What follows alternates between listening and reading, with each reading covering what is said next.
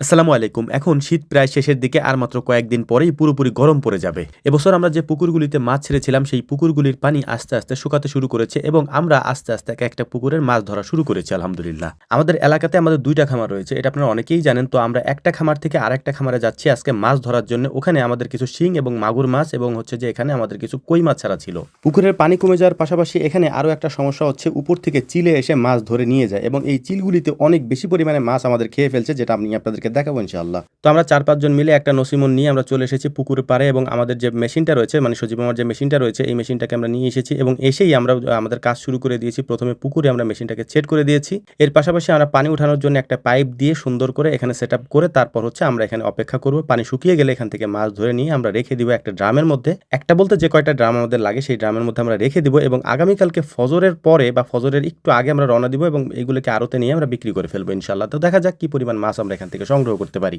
আগেই আপনাদেরকে বিস্তারিত বলে নিচ্ছি এই মাছ ছাড়ার ব্যাপারে। এখানে মূলত আমরা ২২ কেজির মতো মাছ ছেড়েছিলাম। তার মধ্যে ছিল হচ্ছে কই মাছ, শিং মাছ এবং হালকা কিছু দেশি মাগুর মাছ আমরা এখানে ছেড়েছিলাম। তো আজকে দেখা যাক এখান থেকে কতগুলো মাছ আমরা ধরতে পারি। যদিও আমরা সব মাছ এখান থেকে ধরবো না, হয়তো ২/৩ মাছ আমরা ধরবো এবং ১/৩ মাছ আমরা এখানে রেখে দিব। তো আলহামদুলিল্লাহ মেশিন এখানে সেট করে দিয়ে আমরা দুপুরে খাওয়া দাওয়া সেরে নিয়েছি আনিস ভাইদের বাড়ি থেকে। এখানে সুন্দর করে দুপুরে খাওয়া দাওয়া হচ্ছিল এবং খাওয়া দাওয়ার মধ্যে আমার ভাগ্নে একটু এমনি বেশি হাসে। এমনি ও যখন হাসে তখন অন্যরাও হাসে ওর সাথে। এটা একটা সমস্যা হয়ে দাঁড়াইছে, কারণ ও যখন হাসা শুরু করে ও আর থামে না এবং ওর সাথে যারা আছে তারাও আর থামে না। এটা আমার জন্য কন্ট্রোল করা একটু সমস্যা হয়ে যাচ্ছে। তো যাই হোক আলহামদুলিল্লাহ মোটামুটি আমাদের পানি সেচার কাজ প্রায় শেষের দিকে। আমরা পানি সেচতেছি এবং মাছ ধরতেছিলাম। আমার দায়িত্ব ছিল উপর থেকে শুধু মেশিনটাকে চালানো, কারণ আমার প্রচন্ড পরিমাণে ঠান্ডা লেগেছে। এই ঠান্ডার মধ্যে বাড়ি থেকে বারবার করে বলে দিয়েছি যেন পানির মধ্যে না নামি। তারপরও একটা নেশা তো আছে, মাছ ধরার ওই নেশা কন্ট্রোল করতে কতক্ষণ পারি সেটাই দেখা যাক। তো যাই হোক আলহামদুলিল্লাহ দেখতে দেখতে আমাদের পুকুরের পানি প্রায় সেচা প্রায় শেষের দিকে হয়ে গিয়েছে। এখন আমরা এখান থেকে মাছ ধরা শুরু করেছি সাইড দিয়ে। তো এখানে প্রচুর পরিমাণে শিং মাছ রয়েছে। এই শিং মাছের কারণে আমাদের এত পরিমাণে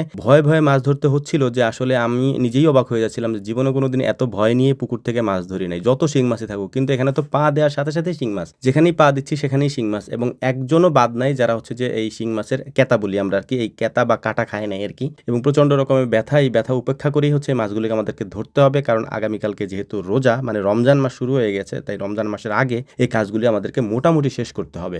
গাছের একেবারে মগ ডালে যে চিলগুলাকে দেখতে পেলেন, এই চিলগুলাই মূলত হচ্ছে আমাদের এখান থেকে প্রচুর পরিমাণে মাছ খেয়েছে। তো যাই হোক আলহামদুলিল্লাহ তারপরেও ওদের জন্য আমরা মাছ রেখে দিয়েছি। সব মাছ আমরা এখান থেকে ধরবো না, আমরা বাকি কিছু মাছ এখানে রেখে দিয়ে তারপর মোটর চালিয়ে এখানে পানি দিয়ে দিব, যাতে করে এখানে মাছগুলি জীবিত থাকে এবং ওরাও এখান থেকে মাছগুলি ধরে ধরে নিয়ে খেতে পারে। লাস্টে যখন যে কয়েকটা থাকবে ওই কয়েকটা আমরা ধরে নিয়ে যাব।